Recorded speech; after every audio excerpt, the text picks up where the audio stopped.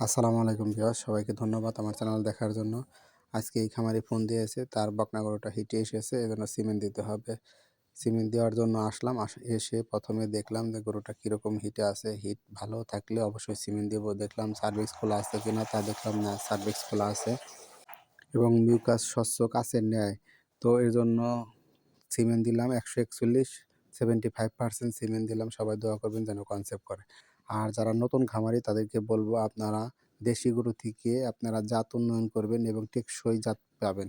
কারণ দেশি গরুর রোগব্যাধি কম হয়। সেখানে যদি হলিস্টিয়ান ফ্রিজিয়ান বা জার্সি সিমেন্ট দেন, তাহলে ভালো মানের শঙ্কর জাতের আপনার গরু পাবেন। সেখান থেকে বকনা গরু যদি আপনি খামারে গাভী তৈরি করেন, তাহলে আপনি ভালো মানের বা 20 লিটার বা 25 লিটার দুধের তৈরি করতে পারবেন।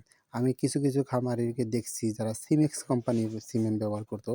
যারা 10 বছর আগে যারা সিমেক্স কোম্পানির সিমেন্ট ব্যবহার করতো, এরকম খামারে দেখছি যারা দেশি গরু যারা 2 লিটার দুধ হয়, সেখানে সিমেক্স কোম্পানির সিমেন্ট ব্যবহার করার পরেও 30 লিটার 35 লিটার দুধ পেয়েছে।